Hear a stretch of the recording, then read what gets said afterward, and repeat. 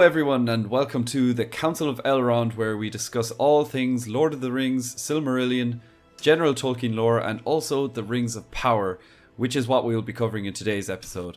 Myself and Johnny were granted special access to the world premiere of the Rings of Power in London, and boy, we got to get into it. So before we kick off today's episode though, I'd like to thank everyone that continues to sign up to our Patreon account, and a special thank you to Jack Knightley.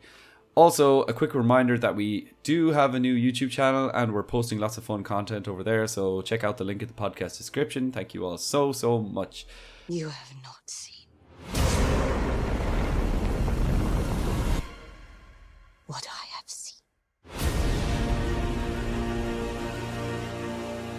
So today we are joined by our lovely guest, Jaron from the podcast The HALFLING, who has been lucky enough to be invited to the premiere himself in New York. So we're all actually able to finally discuss the Rings of Power together and hopefully have this episode out by Friday. So welcome finally, Jaron, to the Council of Elrond. Welcome. Because it's been a long time coming. We've had so many invites and then cancellations, and it's been probably all our fault. But yeah, would you like to introduce yourself to our audience and let them know where they can find you? Sure. No, it's great to be here, guys. It definitely has been a roller coaster, and it is not all your fault. I remember canceling on you in an airport at some point this summer, so I know some of it was on me. Good. But yeah, exactly. Yeah, 90-10, more or less. No. But no. So yeah, I host the HALFLING. That's the podcast stuff that I do for fun, and then I also write for Looper.com. I do most of they do a lot of Tolkien content right now because everyone's covering everything. But I've been doing deep dives for them for 4 years now. In fact, at a press event in July, I got to meet the showrunners, and they said that they were aware of my stuff. So that was really fun I've been setting the stage for years as this is what it could be, and it's slowly been turning into this is what it is. Yeah. So, wow. Yeah, so Looper.com, the HALFLING, Pack.Jaron is the Twitter handle. That's where you can find me. Yeah, cool. Well, and congratulations on all your success. It's been great. It's been wild because 3 months ago, I was just this writer in the corner of the internet writing fun, nerdy Tolkien stuff, and so it's been fun. I think for all of us in the community to see the spotlight shine on Tolkien for once, and not Marvel or Star Wars or actually get the Tolkien stuff great. out in front. Yeah, that's so true. You're also doing a little bit with Fellowship of Fans now, right? Yes. So I've been joined with them in I think it was in May, June. And I write occasionally. I've been doing some of their shows. It's been really fun. We did I interviewed Robert Aramayo, and we did a breakdown of the interview. I did that with Harry over there at Fellowship. Cool. You guys saw him in London, right? Yeah, we were. I was just going to say that we finally met Harry for the first time, the man behind the mask, and yeah, it's great. It's been great. Just getting to meet all these people that we've just spoken to on Twitter and Instagram for the last 2 years, getting to see everyone at the event. It was special. How was your experience in New York? Oh man, it was great. So I don't think it wasn't quite I think what you guys got in London as far as the size of it. That was just enormous. but no, it was at the Alice Tully Theater on Broadway, and I mean I left my hotel on Broadway, and there's a whole block wrap. It was all over Twitter, that big wrap up the billboard that was just all of it. And it was cool. It was a very cool experience. I met a ton of the stateside influencers. All the East Coast people were there, and they had a fun cocktail hour beforehand where we kind of all were. It was fun to the actors were in and out, but then the influencers were actually some of the more fun conversations, honestly, because we're all just meeting and connecting with who's who and all these fun oh, you're you, yeah, okay, I know your little icon on Twitter really well, but here's who you actually are. So yeah, it was fun. Yeah, we had a similar experience, I suppose. But luckily enough, we got to meet all the influencers maybe the day before. We had nice. a cocktail party thing on a roof, and so that's where we got to do all our introductions, which is nice. So I heard about that. Was that put on by Amazon, or was that something you guys arranged? The cocktail party. Oh, the cocktail was put on by Amazon. we had arranged to have a dinner together then with all the influencers ourselves, but there was a cocktail that was provided by Amazon as well. Sweet. So who was that? Were the actors at that? No, there was no actors at that. It was just people involved with with Amazon, it was just all the people that had been invited, the influencers, the content creators, and just general people that were Tolkien nerds like ourselves. So that's so it was fun. Fantastic to have that, like, those geeky conversations and have everybody understand what you're talking about. It's once in a lifetime, I feel like, because we all connect remotely, but the opportunity to actually be in the same space and know we're in the same space is so rare. Yeah, that's because we were the only ones representing Ireland, so I didn't know if we were going to get a chance like that again. So everyone that's in London or everyone that's in the UK could make a trip down a train down to London and meet up, but it's much more difficult for Johnny to come from Spain and me to come from Ireland. It's nice. So one quick question. The other one is, I've seen the pictures and a little bit of videos, but what was that giant thing like? The structure they built in the middle of was it Leicester Square? Yeah. Can you explain what it was like to even be up in front of that in person? It was crazy. It was just, how can you describe it? There was it's like mini Linden.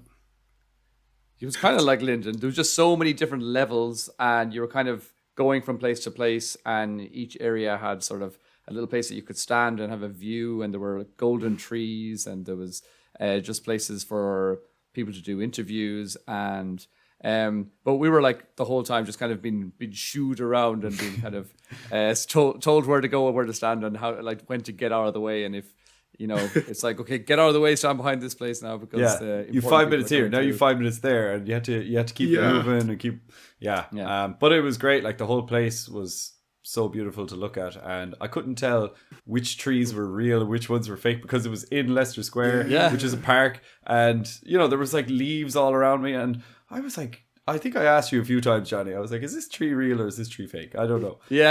But they've been doing, and they're moving those things all over the world, because they had them out at the San Diego stuff too, and they look undamaged and really, really nice. The actual, so I had heard somewhere that there was like 5 sections of that structure, and they were all different areas of Middle Earth. Is that true? No, I think it was, or was it all Linden themed? Okay. I think it was, because the pictures I saw were all they all looked like Linden. Yeah. Like, I did feel like there was a bit of Mordor creeping in when the clouds rolled over. It was such a beautiful day, and we were all standing outside for like hours. And then suddenly the clouds came over. We were all like, oh no, here we go. It's going to start raining. But is it Mordor, or is it Bilbo's birthday the night before, right? Yeah. And then it all cleared up and everything was fine, right? Yeah, well, it was fine. It rained for like a second, and it was like 3 drops, and then we were like, nah, that's grand. It's all cleared up. That's awesome. But then the sun shone out the clearer. Exactly. Right, Samwise. We're going to get into this. So, so today we're going to break down the first 2 episodes, one after the other. So you guys, the audience, if you haven't seen them, there will be spoilers, so this is your official warning. However, we will try to tackle just episode 1 first before giving the second spoiler warning for episode 2.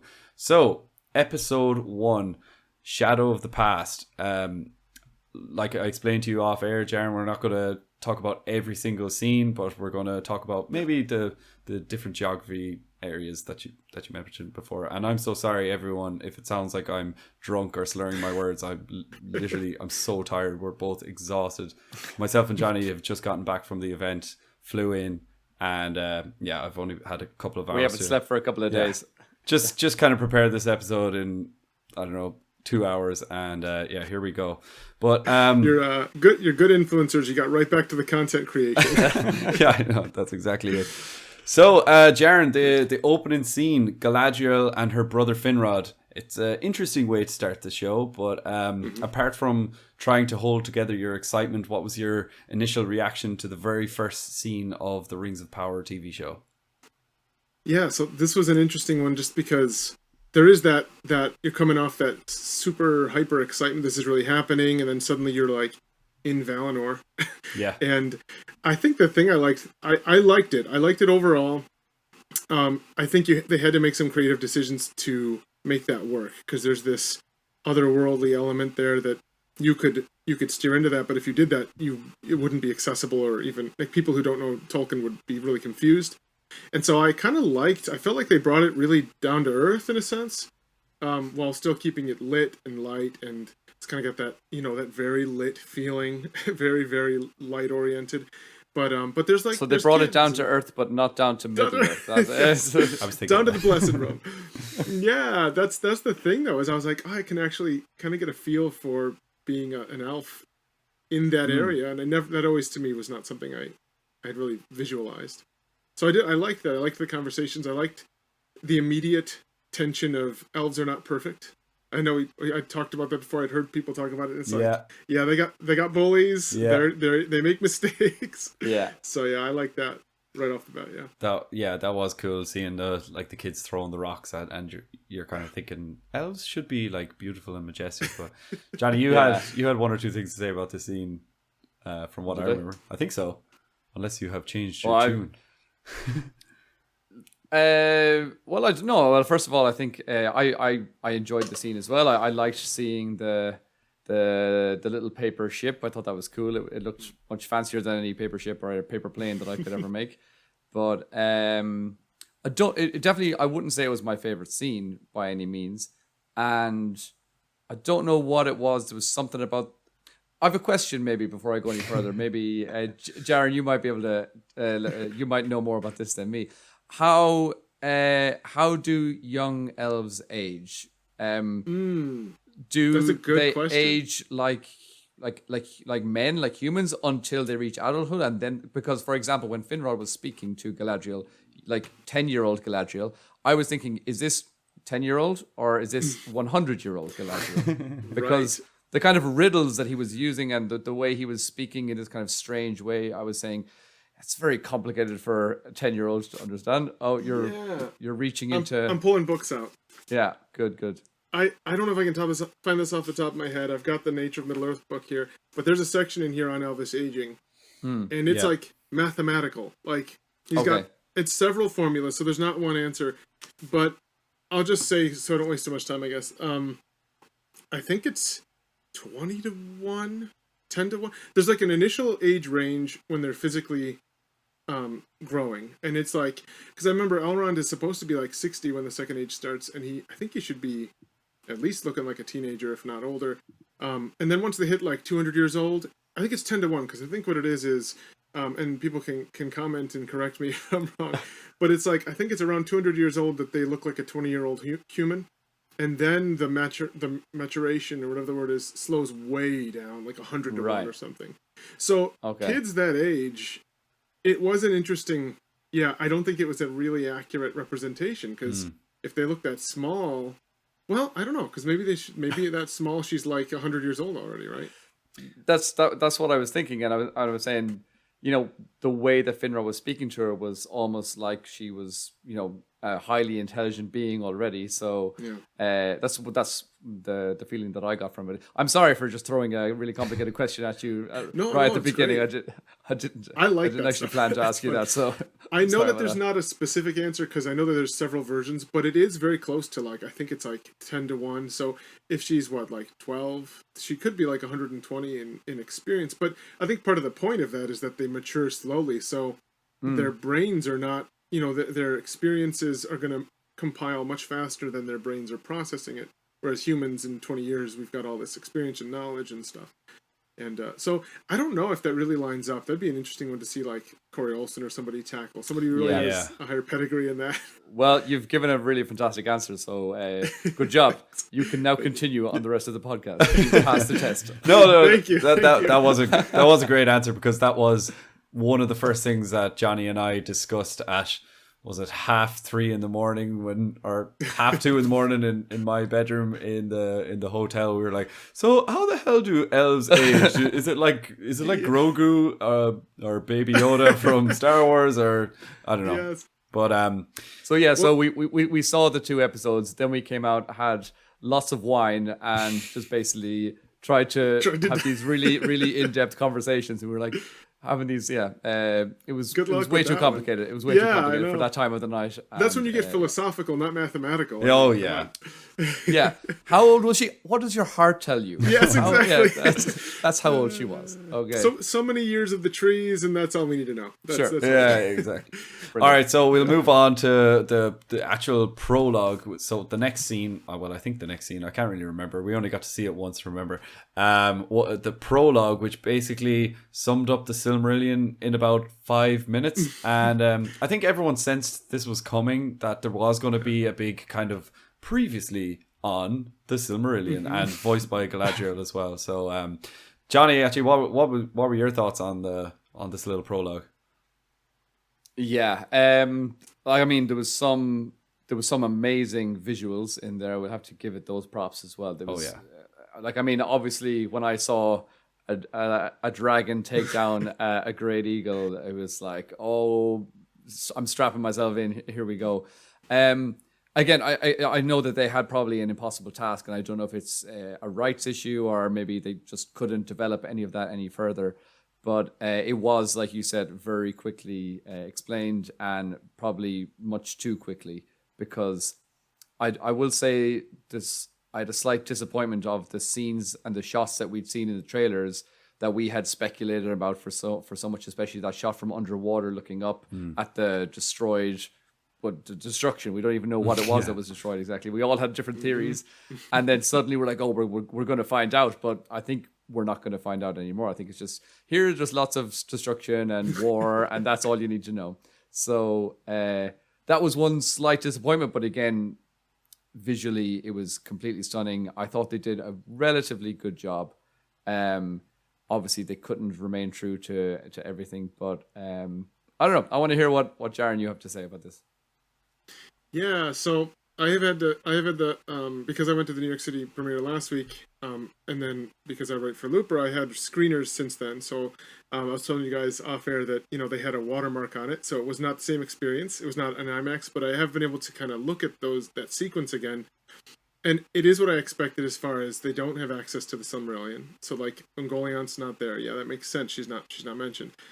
She is mentioned in the Return of the King or Two Towers or whatever. Yeah, but it's like it's not that part that they're talking about. Sure. And so they sped it up. I think they combined a couple battles because they show Galadriel pretty much Battle of Unnumbered Tears style with its helmets, not bodies. But that seems like they took that, and then they took obviously like I don't know if it's on Calagon the Black or not, but the dragon and the eagles and different events, and they're kind of mashing them together and just showing you this big montage. And I liked it. It definitely was stunning. It did put visual elements in my head that I know I'll never be able to get away from again. And I liked when I had my own imagination for some of those. And I don't know if it accomplished enough for me to love that. Again, stunning. I loved it as part of the experience. But I don't know what it accomplished really, because they could have kind of summarized that in a much shorter amount of time. And they made a couple weird decisions, like having Finrod draw swords with Feanor's sons, and it's like, do you think that's what? Because that's another thing that we all kind of speculated. Oh, this is the oath of the sons of Feanor. And then as soon as I saw Finrod there, I was like, oh, this is just something completely different. Yeah. It's got nothing to do with it. So maybe it is. It's fair. Like the oath +1 or something. +1. Well, yeah. I think that's fair. I think it's an artistic representation. It's not literal. So you're right. They have that easy cop out, right? Like, well, it's not the oath. But I think it kind of summarized the oath plus the Galadriel, Finrod, the extra people that came kind of as part of that. So, So it was great, but I think it was definitely an interesting way to present 2/3 of the information. Yeah, and I mean, we know that lots of things were kind of put together and glossed over, and the reason for why they left Valinor wasn't exactly correct, and all of these types of things. And also, but like for me, I really wanted to see more of Finrod's death as well. They really just glossed over that. They do show the scratches, so I mean, they indicate it, but then they don't show it. Yeah, could be scratches from any beast of any type. Yep. I think that's one thing. If they didn't show any of those shots in the trailers, such as the sinking or the destruction or whatever that was supposed to be, and like Finrod in the battle, and we saw lots of little clips, and they played all the same ones again that were just maybe slightly longer in the actual show. If we never got those clips in the trailers, then we probably would have been loving what we saw on the show. We would have been like, oh, what a surprise. We're getting to actually see some possible events from the Silmarillion. But I think it's just that we were all expecting so much more because the trailer gave us off that vibe. But yeah. And what about like Sauron's symbol that he's just going around like branding flesh and stone with I was writing about that yesterday because I was like, everybody, you're all looking at this like sigil that they've put in his skin, and that's not Sauron-ish. I mean, it's not. I guess he could have done that, but like the scratches are what I care about, because I'm like, that's like werewolf scratches if that's accurate. Yeah. Everyone's like, yeah, he got kind of hurt, but look at this mark in his flesh, and it's like, and they're putting that everywhere. Like, and they were trying to other people were trying to write about that at Looper the other day, and I'm trying to come up with like what it could be, and I'm like, as a Tolkien fan, I don't know where it's got to be like an Eye of Sauron precursor, or it's pointing to Mordor. Right? I think a map of Mordor, that one looks. I've seen that online. All right, yeah. I think so. Like you can even see Orodruin in that little symbol. So, and I think that's the one that makes sense. I think Galadriel. We speculated about it for a while that maybe this is Sauron's calling card and getting people to go to Mordor, or build the armies in Mordor. And I think Galadriel even said something like that in this episode. Maybe something like that. Something it like definitely has. Yeah, the Mordor feel is very, very there. Yeah, but is it taking the place? Is it supposed to feel like an Eye of Sauron thing? Probably, because we never even got. Yeah, in PJ's movies, we never got that, right? Like he just made him an actual eyeball and stuck him up there, and that was it. Whereas it's supposed to be like his mark. It's on all their stuff, and it's on everything. You don't say his name. Yeah, exactly. So that's kind of cool. I like the way it looks. I like I think it's kind of menacing. It's quite evil. I don't know. Yeah, I like it a lot. Before we actually move on, and I don't want to drag this on too much, but I thought it'd be good to mention we heard a really funny anecdote because we got to meet the actor who plays Finrod, and we spoke to him, and he was speaking about like this is. Like a few years ago when he had got the part and he was reading the script, and it said in the script that he was going to be lying on a slab, shirtless. And so he said he got into like the most incredible shape of his life, and he trained and he didn't eat carbs for like a year, and he just got into like absolute perfect shape. And then just before they were about to shoot that scene, COVID happened and everything got shut down, and they didn't know when they were going to shoot that scene, so they just said, just stay in the same shape. And so he had to stay in the same shape that he was in for 2 years, waiting to shoot the scene. And so another 2 years of no carbs, going to the gym every single day. And he said eventually they came and they shot the scene, and he said he was lying on the slab and like, tensing, trying to like show off his body. And they shot the scene.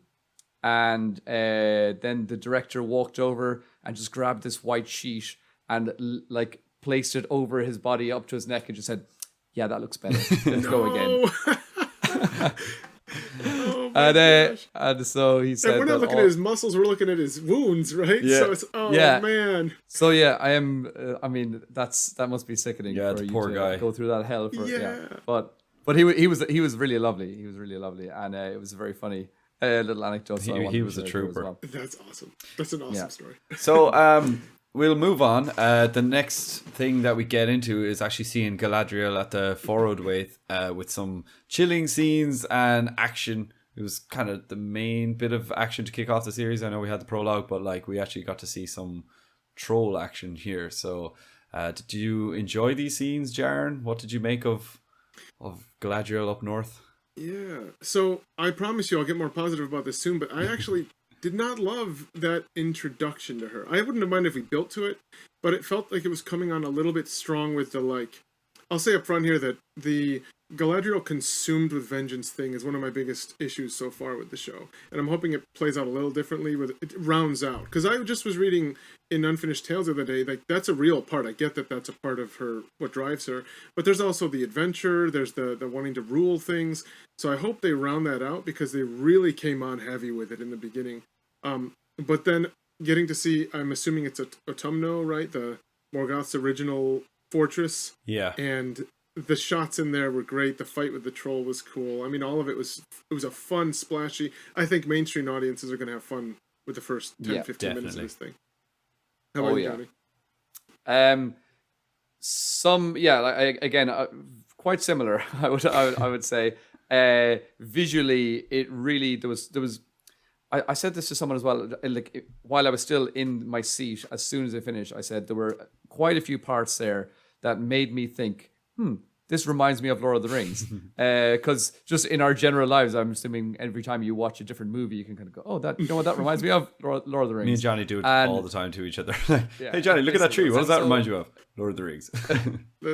So I got that feeling quite a few times during these two first episodes. So and again, one of them was during that troll scene, just the lighting, the way it was shot, it really reminded me of like the Helm's Deep kind of lighting and the cave troll in the first movie as well. So just that kind of, it's nighttime, it's dark, but there's a blue hue on top of it. And it makes you feel, okay, it's dark, but I'm not missing out any action, unlike some other dark action sequence that maybe we've all seen in a different big series. Game of Thrones. So, so there was that. I loved that. I will say that the way that it showed Galadriel immediately, basically already kind of having all of her team against her, all of her all of her soldiers, they're already like ready to mutiny when we first start. I think it would have been cool to add in just a tiny sequence of them showing their loyalty initially and then going through hardships and slowly getting more and more disloyal and saying, okay, now it's gone too far. But immediately she's there, you know, leading them, and they're all just like, we hate this. This is terrible. We want to go home. Yes.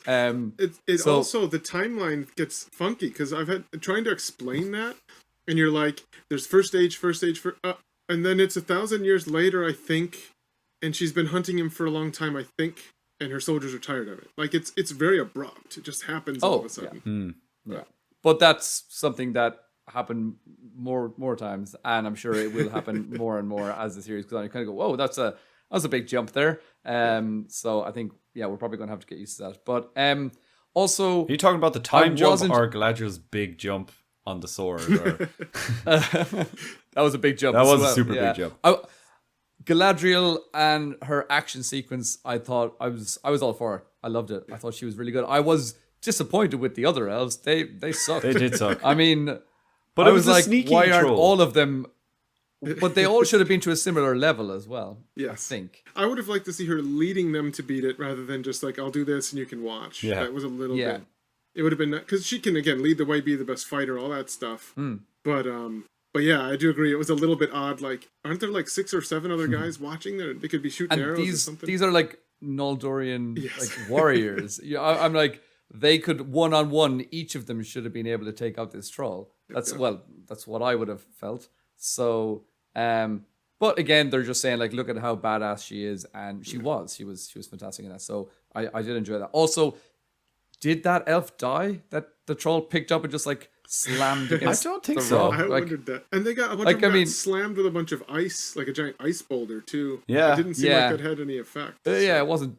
But I was like, oh, he's definitely a goner. And then I was like, oh, I think he's fine, actually. I was waiting for that troll to just bite his head off. I thought he was going to do like a rip him in half kind of a thing. Yeah, no, I was a little bit disappointed that we didn't get an old head bite. But more violence. Yeah. And it's interesting what Jaron said there about like mainstream audiences are probably going to love the first 10 minutes. I would have said that about the first 2 episodes. I just thought like all of it. I'm not spoiling the second episode, but I just think like it's perfect for mainstream audiences. And I think we're starting to see some of the reviews slowly creep in, and they seem pretty positive so far, which is good. But we'll have to move on because we're cutting short in time. So introduction to the Harfoots. Like him or hate him, Jaron, what do you think? First of all, what do you think of their accents before you tell us what you think of them? I liked it because so it's supposed to be an Irish lilt, right? Oh yeah, of course it is. They said. So as the Irish guys, I gotta reflect that question back. Do you approve of it as a Irish inspired but Middle Earth accent? Johnny? Will I take this? I'll say there was one accent that I just it really irritated and bothered me. We both had the exact same thoughts.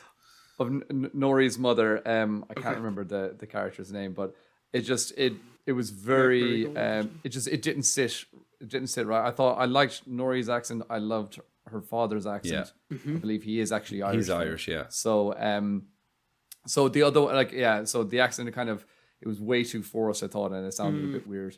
But Sure. I'm not gonna say any more about the accents. It's that was my only one little concern. She's the one that says men in their fields of grain. Yes. And yeah, exactly. Very forced. Yeah. Yeah. Exactly, So I agree with that. I think as far as the accents in general, though, I thought it was perfect for it gave it that kind of Hobbit, but not just the same thing we've seen before. Yeah, right? True. It felt good. So I did like that. And as far as the Harfoots in general, I will say that I was the least excited for that, and I was going in and coming out, I loved it. I thought I loved it. I'm kind of like, I don't care how it lines up. I think they're safe though, because it says they're around in the Elder Days, which is before this. And as long as they avoid getting too synced up with exact events in the Third Age, they can wander around all they want to. And I loved the reference to the piping of birds, where they blow the whistle, and that's what Theoden says, right? Where it's like they can change their voice to resemble the piping of birds, and he is a man reflecting the legend of those guys up on the hill that are like, oh, the Harfoots will get you, like. So that was really clever, kind of integrating. It was, yeah. And I think that's been. Sorry, I didn't mean to cut you off, but I think that's been the general. Pretty much everybody I asked had almost exactly that same feeling coming out, saying this was one of my biggest worries and my biggest concerns, and it's completely flipped around, and that was one of the elements that I really enjoyed of the show. Yeah, and I think they handled it really well. The accents kind of took me out of it at some points, but in general, getting to see where they live and how they stay out of the eye of the big folk and things like that. It was very good. Now, I do think that they were kind of pushing hard to try and make it feel like the opening of the Fellowship of the Ring, maybe just the extended edition one, where Bilbo has that long sequence where we see the comings and goings of normal life for the hobbits.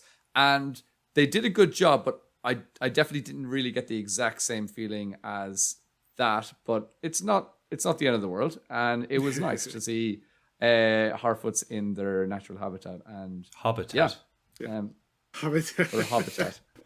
That's great. Yeah, and like if anyone wants to know my opinion as well, I really enjoyed the Harfoots. And actually, Johnny, you just talking about how the first scene is similar to the Fellowship of the Ring. I didn't think about that until you just mentioned it, and yeah, I'm really looking forward to this today, if this episode comes out on Friday, of rewatching that episode, because I really want to see all the Harfoots and their comings and goings and whatever they're doing and getting up to all sorts. And in general, love the Harfoots. So we'll move on to some more exciting things, such as Linden, Elrond, Gil-galad.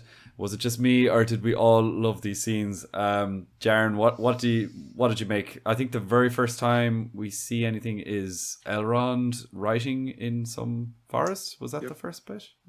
Yep. He's on that tree out in the field, right? Mm-hmm. Yep. Yeah. And that was fun. It was a good way to set the stage, kind of shift gears. And Robert Aramayo was just he's clearly embraced the role. It was really fun to see him. You could tell he was immersed in the character. So that was really fun.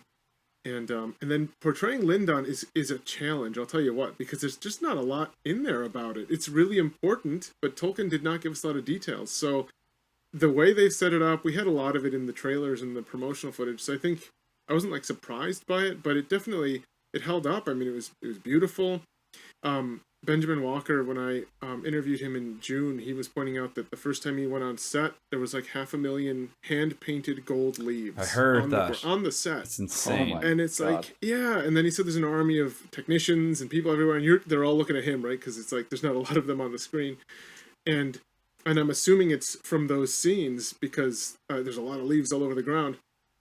And so it was just cool to see it in action. And wow. There's not a ton. Honestly, there wasn't a ton. There's a lot of dialogue in those scenes, but as far as the general feel, I think it was good. I liked it. I don't know how much and when to dive into this, but I don't know how much I love sending people to Valinor, setting the precedent for people who don't know Tolkien, that sending someone to Valinor is like a reward or something you earn, like a retirement plan, because it always feels like the elves choose to go, and if they don't want to go, they don't, and if they do, they choose to. And he kind of sends them as this like a reward for good soldiers. And so that part, I gotta kind of digest that and see how it goes as they get further into the show. But yeah, overall, I love the Lindon stuff. Yeah, Johnny, what about you? Yeah, just when the elves were on the screen most of the time, I was just I was very happy to see everything. I loved most things. I really enjoyed the introduction to seeing Robert playing Elrond and writing the speech.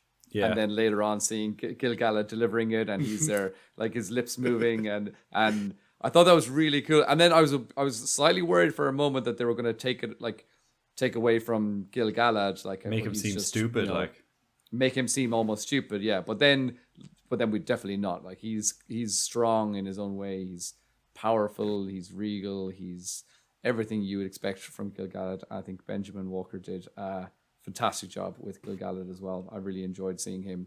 He seems kind of a bit ruthless as well, so I'm looking forward to seeing a lot more. Yeah, he's been saying that in a bunch of the interviews, that he's kind of got that parenting style going on of letting the kids mess up and then being there to help them fix. And it kind of came across right away where he clearly knows more than everyone else. Yeah, and he's got his finger on the pulse. He's like, yeah, I know there's evil, but I'm not going to say it. Yeah, we got to get Galadriel out of here because she's saying too much. Like.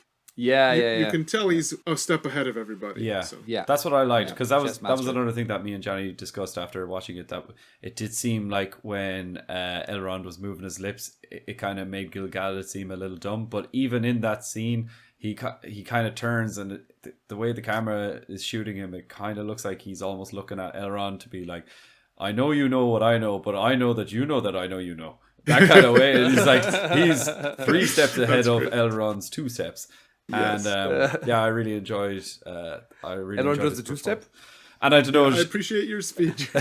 Yeah, I don't know if I should say it, but I whispered to Johnny as well at the premiere. I was like, he looks exactly like Kevin Spacey to me, and maybe that's why he seems so ruthless. He's like a long-haired Kevin Spacey. He looks very different in his costume. Yeah, more than most of them. Yeah, definitely. Yeah. I think he looks way better with the long hair. I don't know, should I say that, but.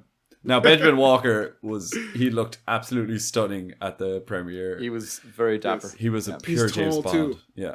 He's a tall elf. Tell you what, like you walk up, when he walks by you or up to you, it's like, oh my goodness, you got to look up to him, which is cool for a king of the elves. I mean, you don't have to worry about building a set for that to work, or like sizing issues. So yeah, that was a great call to get someone of that stature. Yeah. And in general, guys, as well, like Galadriel has her little tiff with Gil-galad and Elrond, and a lot of people were worried about this element of the show, the dialogue. But what were your guys' impressions? Johnny, I'll start with you this time. Especially in those Lindon scenes.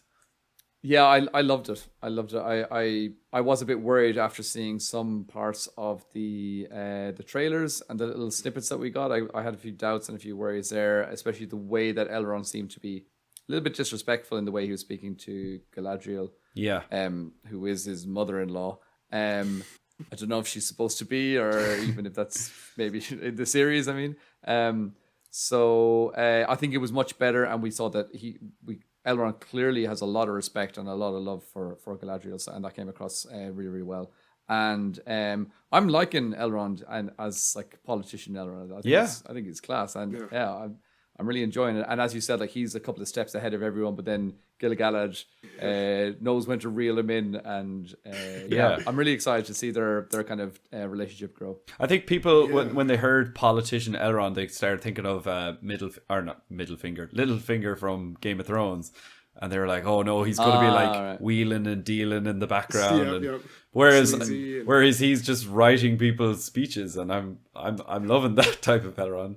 Yeah, but yeah, he was introduced as Herald Elrond, wasn't he? Yes, and that is in the Silmarillion. He's the Herald of Gil-galad. So that was I liked that as well. That little mention. They were like Herald Elrond. And I was like, oh, cool. Yep, and that's early. I like to. You could tell that he looks like he's tutoring under Gil-galad, where he's got kind of a blossoming ability to be a politician, but he's not.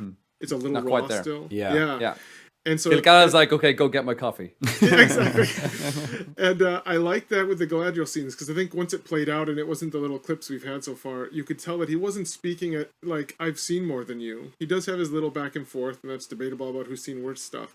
But he's pulling rank on her as the herald, right? Like, you've got to stop. I'm telling you as a friend, stop, or you're gonna get in trouble. Right? You're like, not from me. And so that was very legitimate. And he isn't inexperienced. I mean, if this is really whatever they said about 1,000 years into the, he's got experience. Sure. And so I think he was well within his rights to do. He's also not her son-in-law until in canon, it's like after this ends, he would become right after he. No, he meets. I'm all mixed up. Celebrian. Yeah, I can't remember, but it's a ways in the future. So the friend thing works. It was a little chummy. I was a little surprised, but it does work. So, but it was really good. That was another kind of Lord of the Ringsy vibe I got. Just how, I don't know, Elrond spoke so slowly, and when he was talking to Galadriel, he was like, "Galadriel, my friend," and it just felt so fantasy and just so different to any other TV show that you would watch. Like, you wouldn't get this on Game of Thrones, certainly not. It just seemed more fantastical, and I loved it. They really went hard on. They went hard on that in particular. The different ways, like the inflections of speech and the speed of speech for the different groups, like the men or the elves, and it's a hugely important thing for the elves. I think that they are so timeless, and we got that a lot, I think, as well in the Fellowship of the Ring with Galadriel in that whole Lothlorien sequence as well, which does seem to last about 4 years, that scene when you're watching it, but they just speak so slowly, but it's just so, like you said, it's so elegant, and it was really good. Also, then to bring in the next character of Celebrimbor, I think we see him right then as well. Again, that was, and just the name drop of like Feanor and stuff. I'm just like, ooh, so excited, and showing. I think they did a good job of like letting the people that don't know too much about the lore, like the importance of this person, where just his hammer alone is like such a important artifact, and I enjoyed that. I like lots of just the little name drops as well. Every time they said like Sauron or Morgoth or whatever. Morgoth. Oh, here we go. I love that. I think that's borderline episode 2 territory there. But, it was. That's okay. Celebrimbor. Yeah, the introduction is there. Celebrimbor. I think it's like near enough the end of the episode. They're like, and here's Celebrimbor, and he just kind of looks at the camera and smiles. Yes. Okay. Sorry. His portrayal is going to be so interesting to see, because he definitely is not what people expect. But I think Charles Edwards, I think he's going to win a lot of people over. Oh, that's exactly what I made, like very few notes, as people can probably tell. But one, as in preparation for this podcast.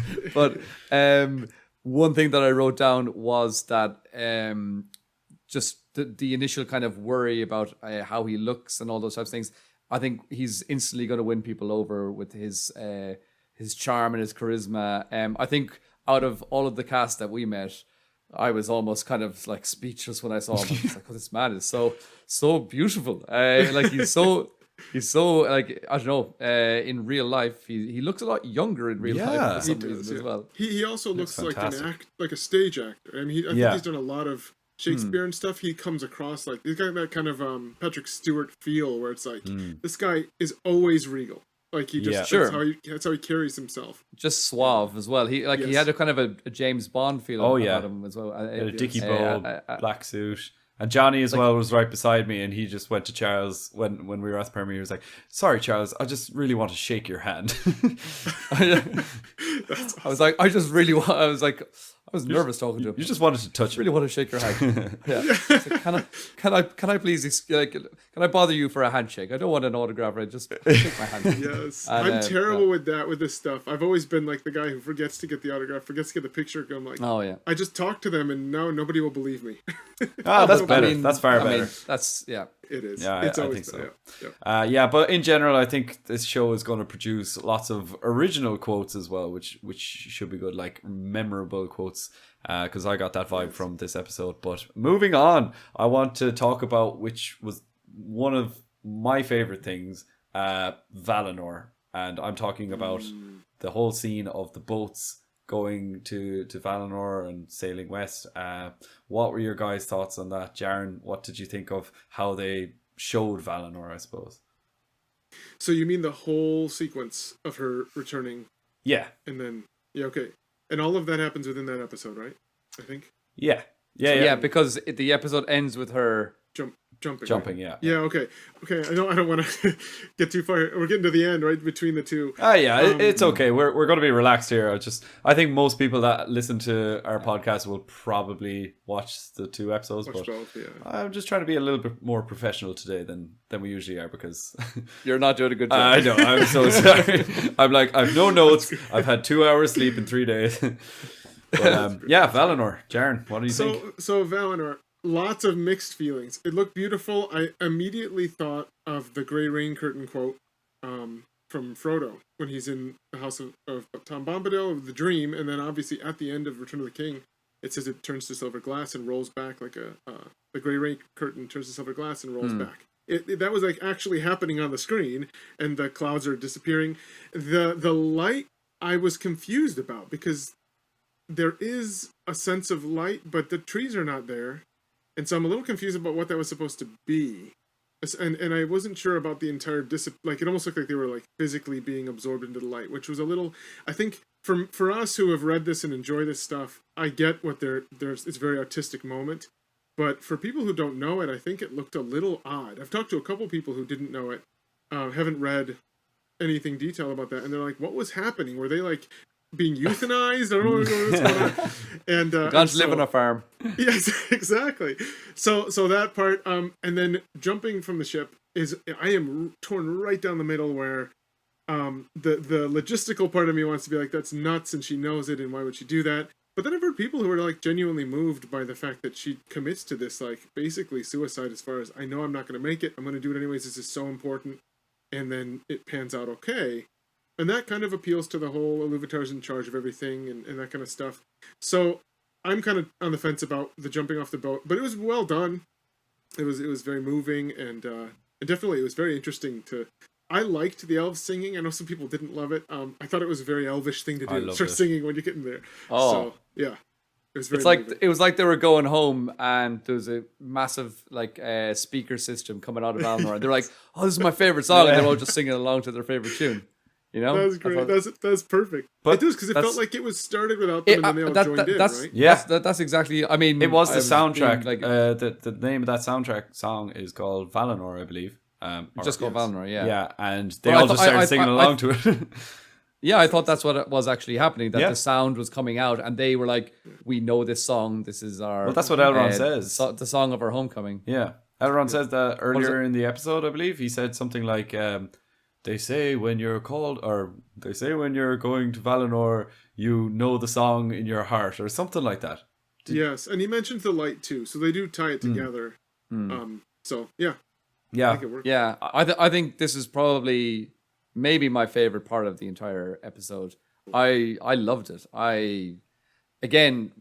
It was always going to be almost an impossible task to pull this off visually when. It's, we're not supposed to even be able to kind of comprehend what it is. I didn't know what was going to happen if the boat was going to start like rising out of the water and start flying away, like, I don't know, with like some pixie dust or something. Like Thor, Love and Thunder or something. Yeah. But I mean, just the combination of crashes into a mountain.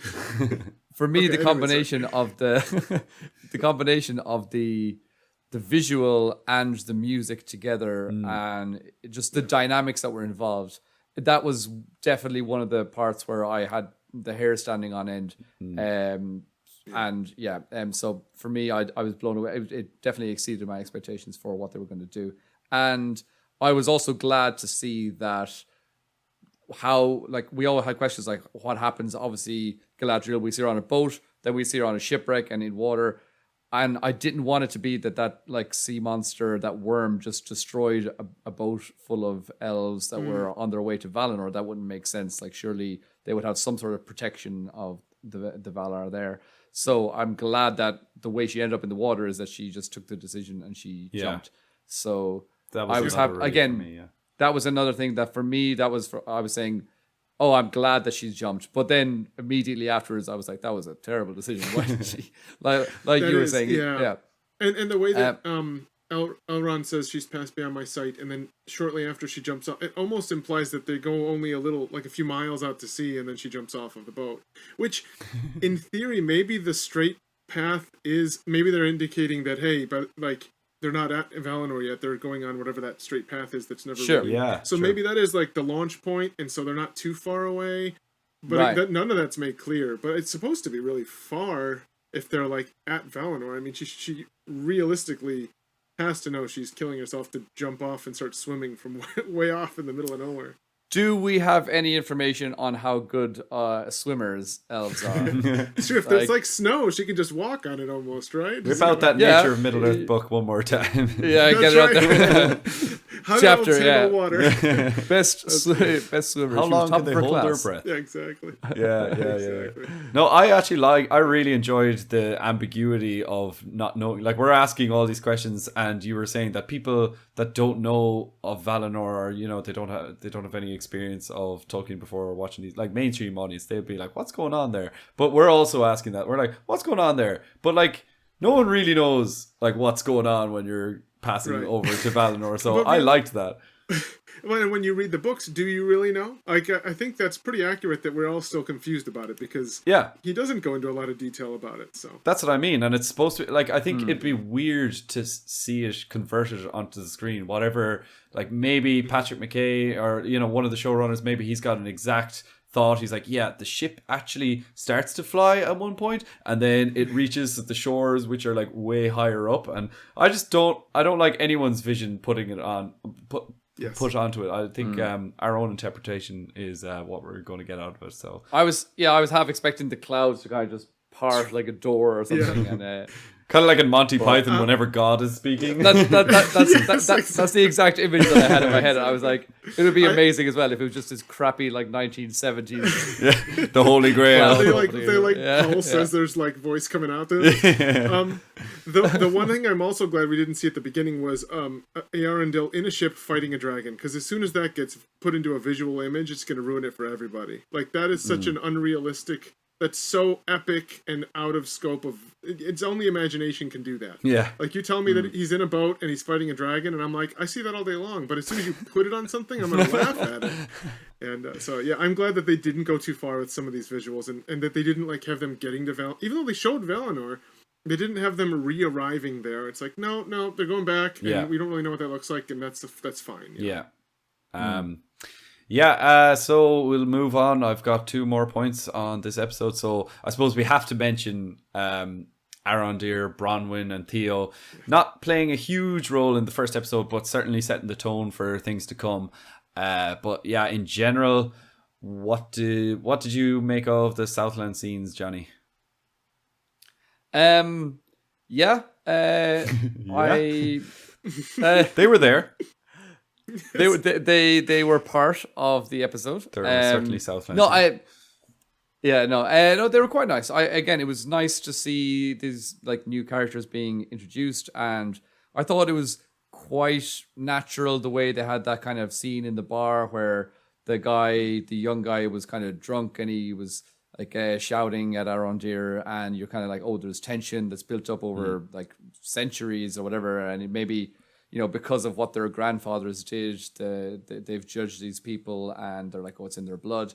And so you can kind of immediately, and I didn't think, when I saw it, oh, that's so forced, and like they, sometimes you can watch a scene in something and the bit of dialogue is just way too, we need to get this information out there. You guys just need to get from plot point A to plot point B. Yeah, I didn't think, it didn't feel like that to me. I thought it was quite well done, so I was impressed by that. I like that.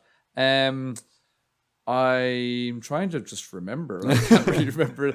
It was definitely like the kind of the slower parts where I was like, okay, let's get back to the elves. Yeah. Come on.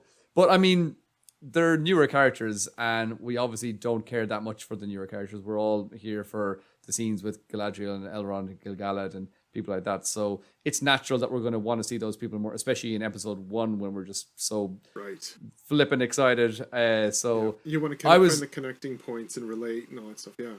Yeah.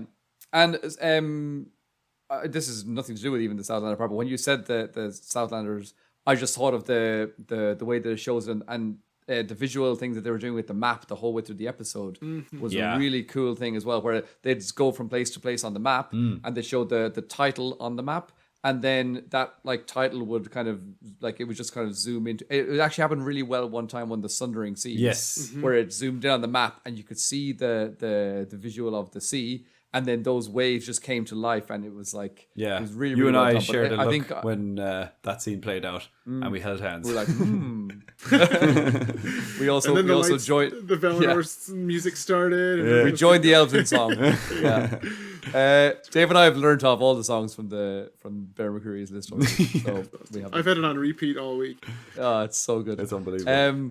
But yeah, no. Apart from that, the Southlanders, I don't have too much to complain about. They were a little bit slow, and they weren't my favorite scenes. But I didn't hate them for sure, and I enjoyed several aspects of them. The sick cow, I thought that was really cool. Oh yeah, that was really cool. Really kind of gross like, as well. I was like, why did you? I'm just going to milk this cow. Put the hand underneath. Why couldn't you just squirt it into the ground? And like, as soon as it came out the first time, I would have been like, ugh. But he proceeded to let it squirt all over his hand. He's all over.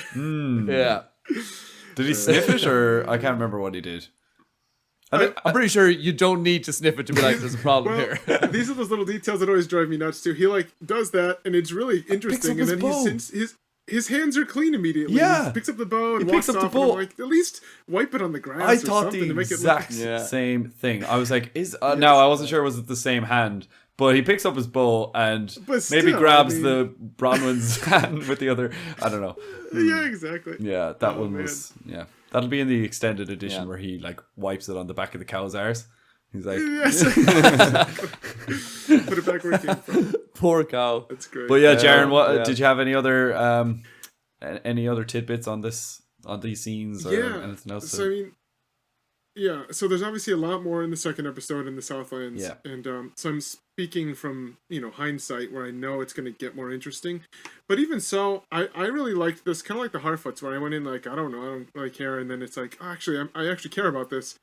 And one of the big things is that we always hear about Mordor, and we hear that there's this giant machine, and it's producing all this stuff.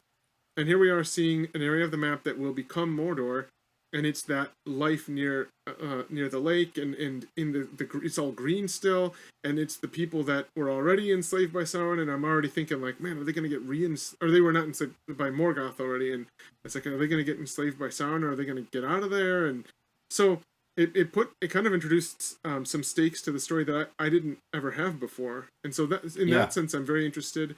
And then talking to when I talked to Ismail Cruz-Cordova and Nazanin Bonyadi, they talked all the way back in June about the political dynamic, and it's really interesting to see. There's a lot there, so it ties in both their romantic element and then the way that the elves are there. They're not in charge. They're not. The way they've said it, they're not in charge, they're not the bad guys, but they're overseeing. They're definitely the ones in the position of power. And apparently there's going to be more stuff about the political hierarchy within the elven structure. And so in that sense, it's very very interesting too. They set up something that I actually want to see.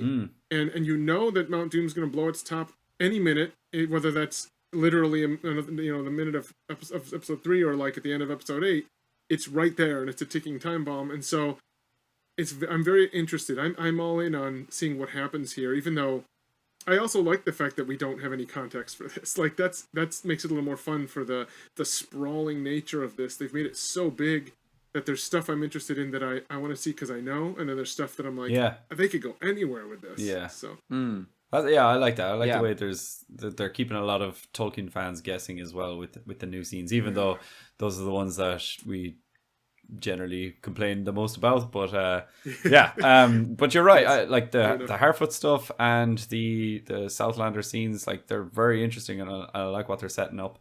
And I suppose that gets us going on to our last scene, which would be I was going to talk about Charles Edwards as Celebrimbor where he looks at the camera, but he doesn't really say much anyways. And speaking of not saying much, the episode ends with everyone looking to the sky and watching as a comet comes crashing to Earth near the Harfoots, and we get our first glimpse of Meteor Man, or the Stranger, as they're calling him on the TV show. So,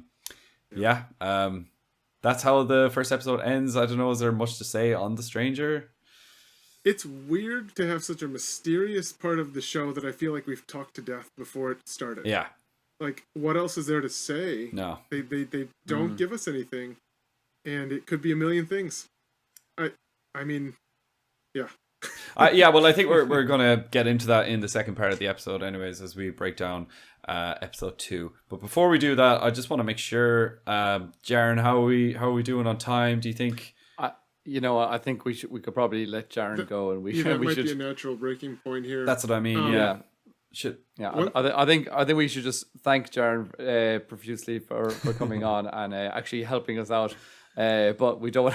This always happens. We're like, we'll go through quickly, but you just naturally so you want to talk about it. Yeah. It is fun. It's hard to not say the things that you want. You're like, I need to get this information out. We did the same thing with the trailer breakdown. Myself and Johnny, we were like, okay, like, look, it's 2 minutes. How long could it possibly go on?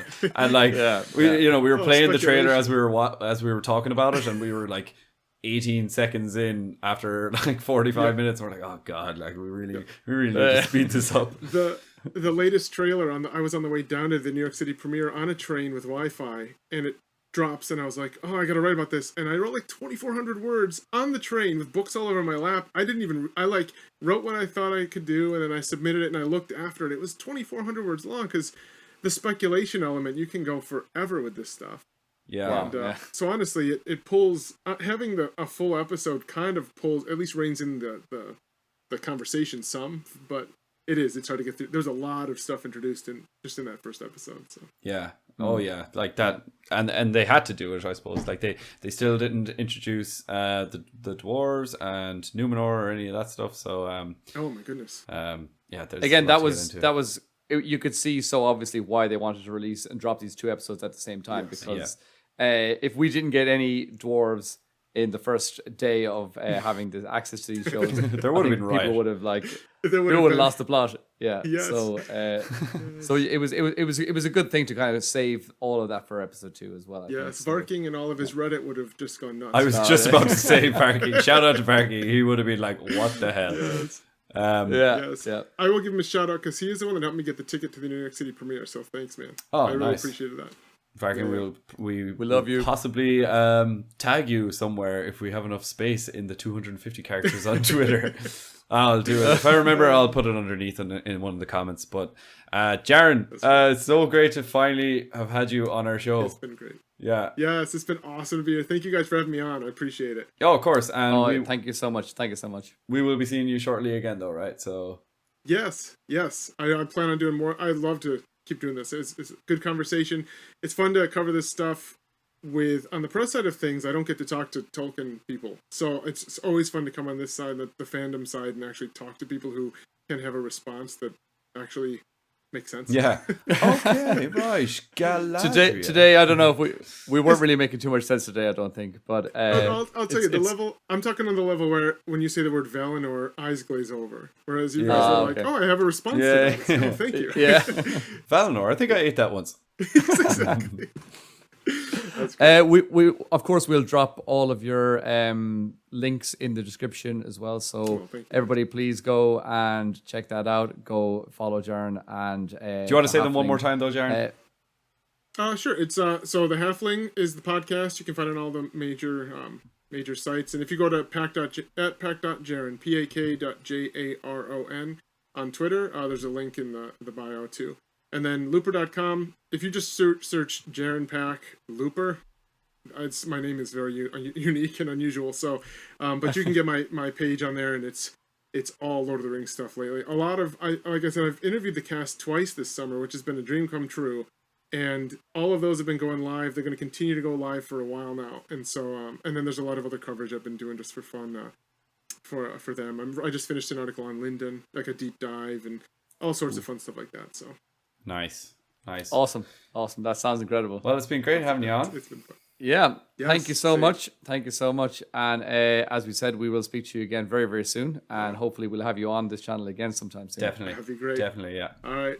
Talk soon, guys. All right. All right. Cheers, man. All the best. See you later. Thanks. Bye.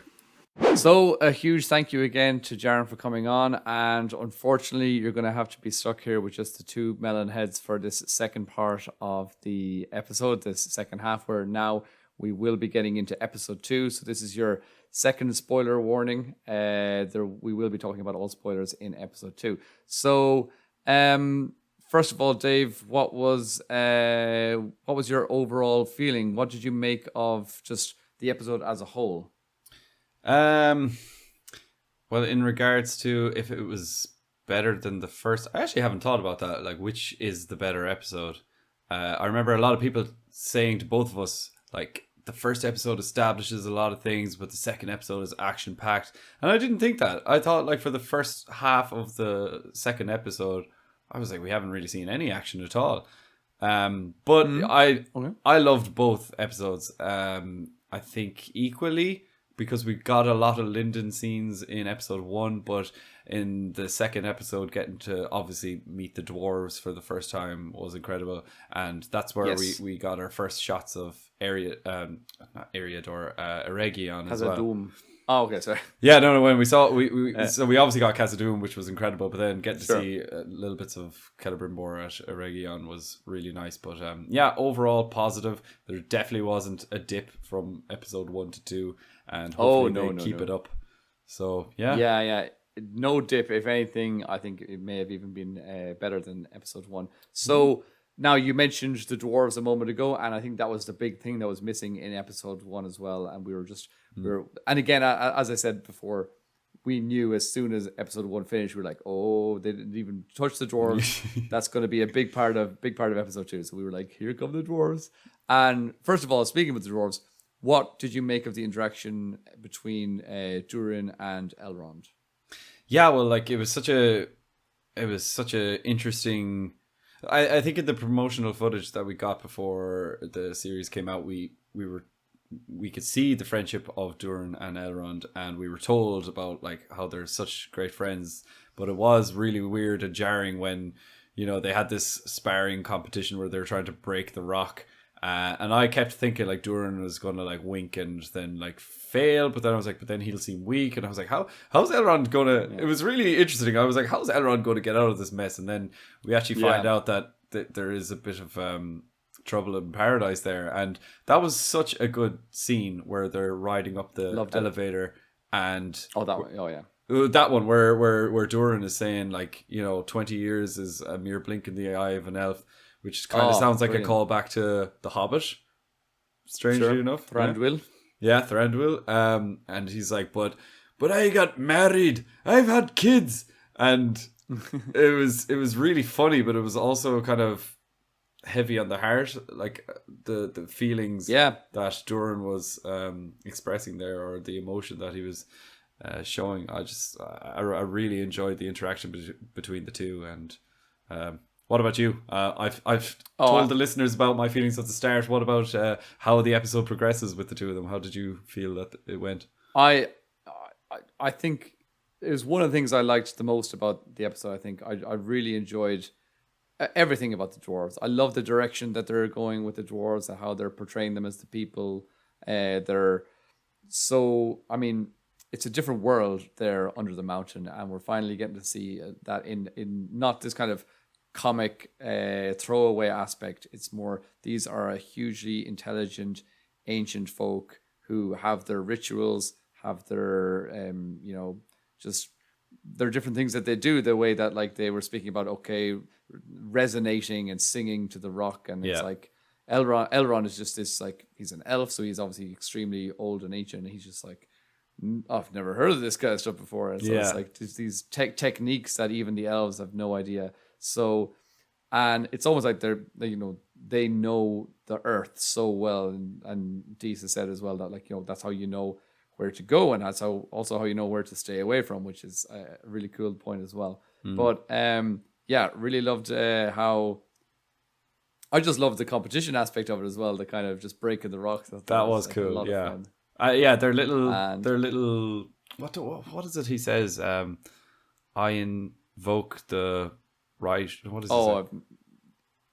He says I invoke, and then he says some like Elvish or Khuzdul word, I suppose. So I just didn't know what it was. No, I feel like I recognize. I can't remember. Yeah. Anyways, he invoked something, and that was pretty cool. Yeah, everything was so mysterious and interesting with the dwarvish scenes. But oh man, I think everyone's gonna love the dwarves, like mainstream audience and Tolkienites as well. Like, Durin is hilarious, but in a respectful way. Like, you do respect him, but he's so funny, and like his relationship with Disa was just. Yeah, everyone was roaring laughing in the cinema because they're perfectly good for each other. It's exactly what I was going to ask you next, because did you love the relationship, and did you love Disa as much as I loved her? Yeah, she's hilarious and really funny, and she's the proper. She's exactly what I expected her to be, like keeping him in check, and I loved her like retelling of how they met and how they got married, and he was kind of like lying, and it was not 2 weeks, and she was like, it was 5 weeks, or was it the other way around? I can't remember, but I just loved typical like old married couple, and then they start making out, and you could just tell like they're so in love with each other. But I loved Disa, and they instantly became a fan favorite. Well, my couple of my favorite characters. I think they're great. Yeah, I think they've just such good chemistry. Like, immediately as soon as they came on the screen, you're thinking, this is I don't know. It just, like you said, they seem like an old couple that have just been together for so many years. They just felt so comfortable together, and like they knew everything about each other, and the way they react, and the way Disa would say something and Durin would like throw his eyes up to heaven or something like that. Oh, like, man, the best scene was just like, right, you're staying, but no hugs, not staying for dinner. And then like she's like, you're absolutely staying for dinner, and he's just like, I can't wait to rewatch it again. Like, absolutely brilliant. I'm so looking forward to it. Yeah. We're gonna move swiftly on. We're gonna change paces, and I'm gonna ask you, what are your thoughts on the stranger? Who is he? Yeah, who is he? I think you and I have talked about this before. We've speculated on who he might be, and I don't know, was it on the podcast or off air, but like, I think we both want him to be a blue wizard. I know I want him to be a blue wizard, but and like that can be lore accurate, because there is a version of the canon where the blue wizards come into Middle Earth in the Second Age. Like, I know it's just a footnote in the Unfinished Tales, and I don't know, I think Tolkien might have been a little bit senile at the time when he wrote that, but that is a possibility, and it's a loophole, and I would love that to be the case. But there were so many Gandalfisms in this, like the whispering to the little fireflies, and just so after we had watched it, somebody said that they saw him carve a G somewhere. I didn't see that now, but I didn't see that either, and I don't know if that's true. Yeah, I don't know. I can't remember what else. Obviously, the whispering to the firefly was one of the big ones, but there was other things he did and mumbled, and there was a couple of Gandalf things he did. I suppose when he roared as well the first time, screaming, and all the trees came in. Like, the first thing I thought of was like, Bilbo Baggins. And so I don't know, do you agree with me? Do you want it to be a blue wizard, and do you think it is actually Gandalf? I think that they're heavily hinting that it's Gandalf. Now, whether that's just kind of like throw us off the trail, maybe that's the case. Also, they're kind of half hinting that it's Gandalf, and then they're also half hinting that we don't know if he's good or evil, because he's all like having a nice eating some acorns with Nori, and then suddenly the music changes and he gives this like evil look, and you're like, oh, what's going to happen here? So again, who is he? We have no idea. Yeah. We're none the wiser. Yeah, we know exactly the same amount now as we did before this episode came out. So, that's true. Yeah. But as you said, they did hint a lot of Gandalfisms, I suppose. So, but we're going to try and move a little bit more quickly through this episode. So I'm going to just leave it at that and move on to the part where Galadriel battling with this worm that they call it, which is like this big sea monster thing. And The visual effects are just incredible. They're impeccable. We've got like that in the water, out of the water kind of thing going on. Yeah. So like I said, sorry, the camera's like her face looking, and then she looks under the water, and you can see those different things, and it's just seamless. So and that's when we meet Halbrand for the first time. So what do you think of him as a character and that scene in general? Well, the scene is cool, and yeah, the visual effects were really cool, because I think that is something of high difficulty when you're doing shots, you know, in frame, and it's in the water and out of the water at the same time, and you're adding in a sea monster in the background.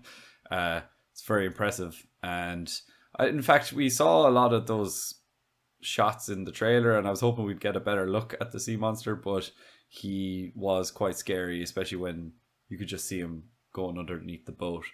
As far as Halbrand, huge. I don't know what to think of him, really. He seemed really nice in the trailers, and he seemed like such a dick here.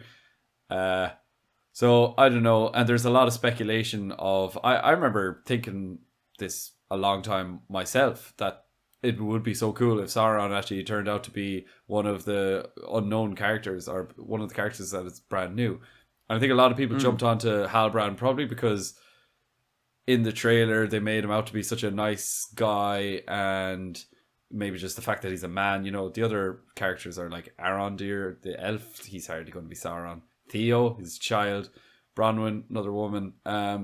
So I think Halbrand seems like he would be a good choice if they were to go down that route. And as well, his first line is, "Looks can be deceiving." And I was like, that sounds, come on. Yeah. Like, but I don't know. I don't know. Is there anything behind that other than just sheer speculation? I know that I thought of that first, but it seemed to be the thing at the event when we were there. Like, everyone was like, "Who is Sauron? Who is Sauron?" Shouting at every single celebrity. Question. But like, there is still a part of me that thinks like, they'll probably just like introduce Sauron as a character later, or it might be one of the new characters that we might see in Numenor in the later episodes as well. So I don't really know. Sure. It might be someone that we haven't even seen. As you said, in any of the trailers, we might not have had any footage of this person up to this point. We're not giving away any spoilers at this. Just if anyone wants to know, we have no idea. We're just speculating, and so Dave thinks that Halbrand could be, but then we also have no idea. Well, like, I think that's the big guessing game everyone's trying to play now, because you know it's pretty much confirmed that that's not Sauron from the trailers, the Eminem character. Oh yeah, the blonde lady. Yeah. So she's another woman. So that was one of the things I was really looking forward to the show, is that they're keeping us guessing and we still don't know, and I like that. But yeah, I suppose just judging Halbrand as a human man in this episode, bit of a dick. I hope he gets a bit nicer, and yeah. I would say he was not just like my least favorite, but I didn't really care for him that much as a character. Again, he didn't get that much screen time, I suppose, as well. So to be fair, but I was just like, okay, I'm ready to not be on this scene with Halbrand right now. I nearly forgot his name for a moment.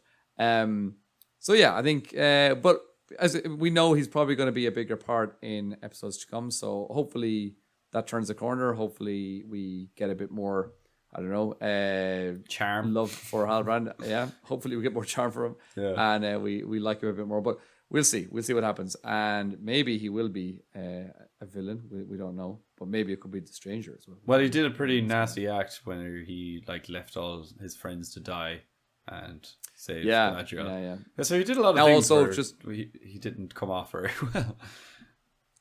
Sure. But he did then save Galadriel's life by jumping into the water and swimming down. That was really cool as well. I liked that. Maybe he just wanted her shiny dagger. Maybe. I know the way they shot it. It was like he didn't realize he didn't know it was there. But so that was one really good thing for him as well. Also, if people aren't aware that the character who becomes Sauron, his name in the books is Anatar, and he is an elf. So it wouldn't be true to the lore unless this is somebody before. Maybe Halbrand will convert into Anatar, because Sauron also was a shapeshifter, so he could just kind of change at will almost, so we'll see. Anyway, let's move on and discuss the thing that I think definitely improved from episode 1 to episode 2, which is the Southlanders and Arondir and Bronwyn and their scenes. We get a lot of jump scares and we see an orc and so all of that. Tell me about all of it. God, there's a lot to unpack there. I can't even remember when we were talking with Jaron, did we mention Bronwyn's sword or any of that crack? But look, there's nothing that we learned new there that we haven't already seen in the trailer. He has some shiny dagger and it turns into a longer dagger. And that's all cool. But you mean Theo's? Sorry, who did I say? Bronwyn. You said Bronwyn. Oh, Bronwyn, yeah. Bronwyn sounds like a man's name as well. So, yeah. Like Baron. Yeah.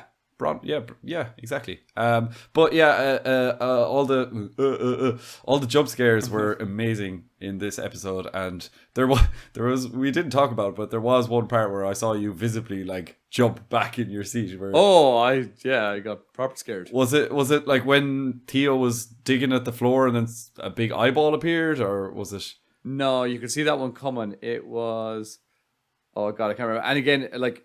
I think it was when Bronwyn was looking out the door. No, because again, I was ready for that. I was ready. I was like, here we go. There's going to be a jump scare. And maybe it was... I can't remember. But I definitely did jump out of my seat a little bit. I was like, oh, your jump made me jump. Yeah, which is what you want. That's what you want in those kind of scenes. So that was really well done. I enjoyed that. And the orc, oh my god. Oh my god. Like he was not what I was expecting. And was it just me, or did he have like an extremely hairy tongue as well? Like he came out, he spread out his fingers, he like cracked his neck, and then he opened his mouth, and I saw the tongue coming out as if he was like trying to taste the air, and it just seemed like it was a really, really hairy tongue, and it looked really disgusting. But my one gripe about, actually, I'm only just thinking about this now. I think the only gripe I have of the 2 episodes, or my main gripe, would be that the action scene here, it was brilliant and it was scary, but I couldn't really make out a lot of what was going on. It was a bit fast and a bit dark for me, and maybe that was just because we were seeing it on this humongous screen.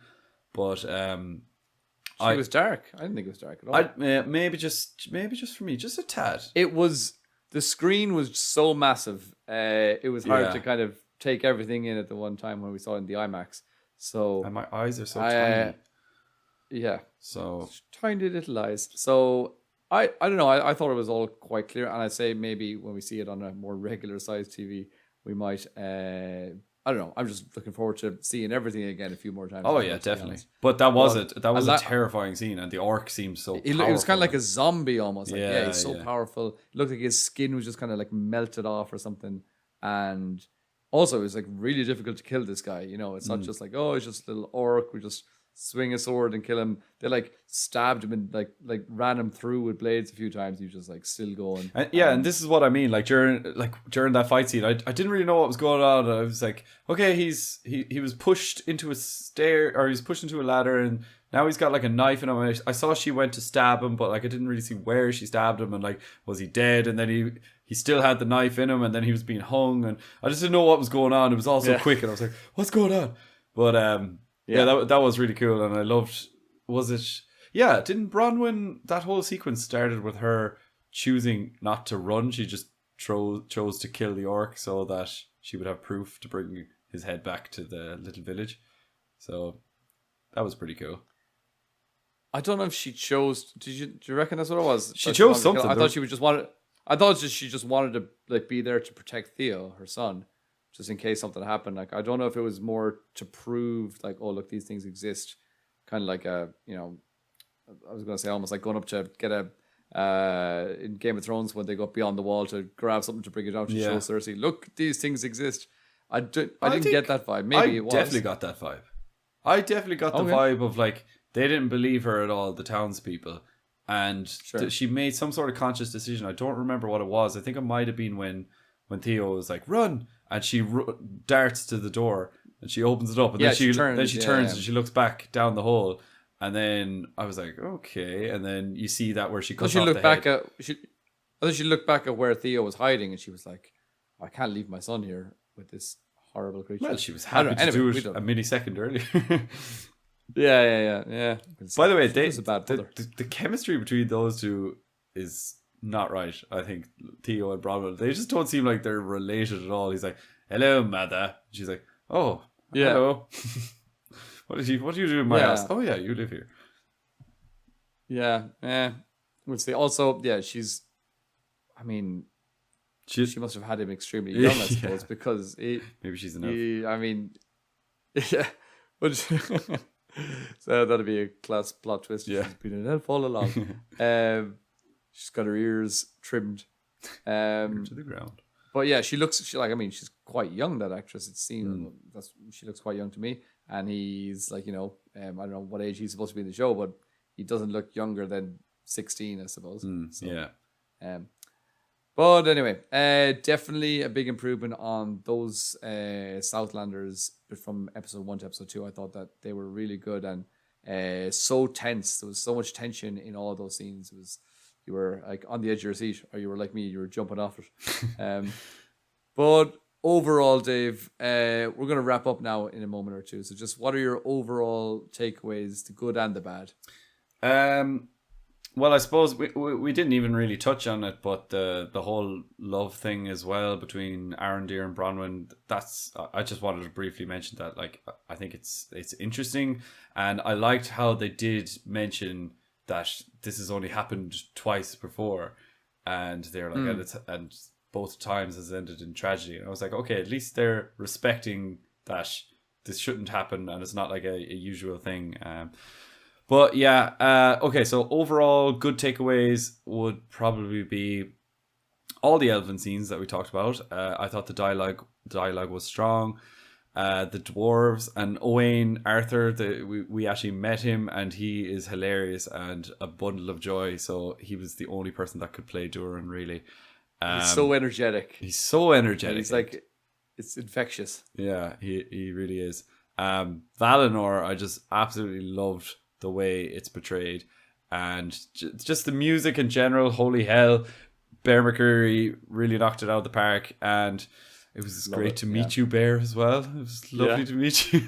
I have, what else? I've intrigue for what's to come, and you mentioned earlier like the map integrations. That was pretty cool, and just the visuals are better than most movies, so you have to have that in there. What about you? Have you ever seen any other TV show that looked anything like this? No, like Game of Thrones is the closest, but it's still. I remember always saying during the latter seasons, like, this is incredible for a TV show, but you have to say for a TV show. And sure, like the dragons, as good as they made them, they were never movie standard. They could make them really good in some scenes, but in others they weren't as great. But this was pretty flawless. From now, again, myself and Johnny have just come back from the premiere, and also we haven't slept very much, so maybe it's not going to be very good on the second viewing on a smaller TV. But I don't know. I thought it was amazing on first glance.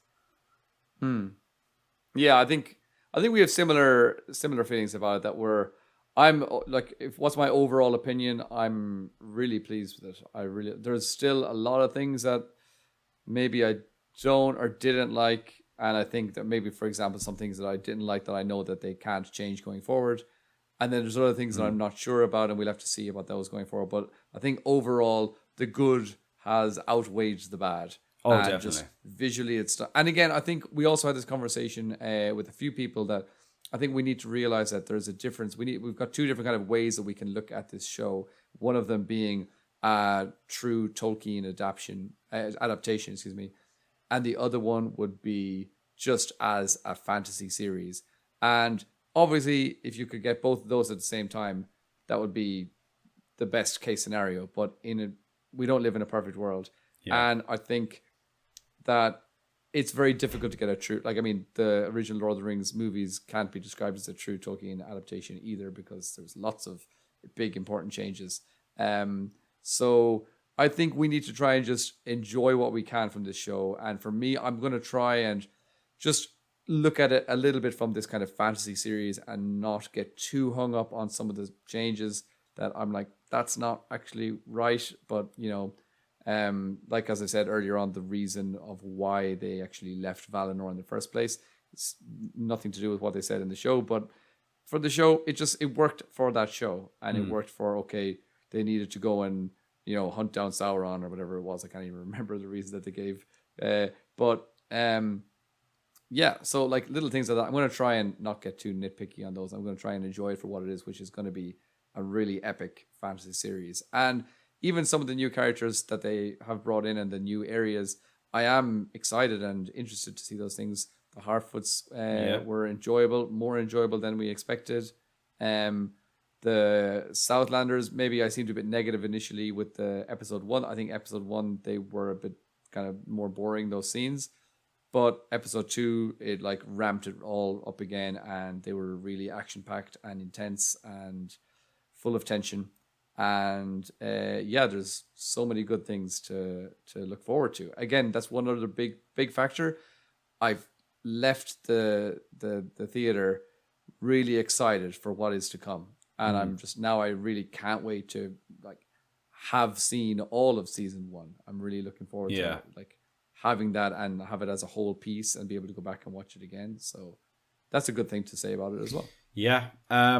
Definitely. I would agree with you on all those things. And I did say this to you and maybe one or two people after the screening. And it's not really a bad thing, but it's just the fact that the scope of the story or the many stories that they're trying to tell is so massive that it's impossible to keep everything as interesting as the other. So, for instance, I really, really enjoyed the Harfoot scenes, and we talked about like Arondir and more so Bronwyn and Theo scenes that are like very terrifying. I feel that they have like incredible sets and all that kind of stuff, but those scenes are kind of a bit more bland, but the incredible sets and the beauty of like the Dwarven scenes and Linden and all that kind of stuff made me feel a little bit more bored whenever we're going to Tir Harad or the Southlands or whatever the name of the place is. I just wanted to be like, right, let me get back to Eregion or let me get back to Khazad-dûm. But that's not a complaint of the show, because the show, like, it has to show all the different aspects. But when you see the beauty of Valinor and the beauty of Linden, and then you're like, right, now we're in some crappy muddy barn over here. Like, yeah. There's nothing you could do about that. But and I suppose we've already mentioned like our other little gripes, but my main one is I'm just terrified of the stranger being Gandalf, and I don't know what else to say about that. I just really hope it's not Gandalf. I'd much rather him be Sauron, or I don't really want him to be Sauron, but I'd much rather that be the case. We want him to be a blue wizard. That's what we both want, I think. Yeah. Right, and that may be the case. My brother gave his life hunting the enemy. His task is now mine.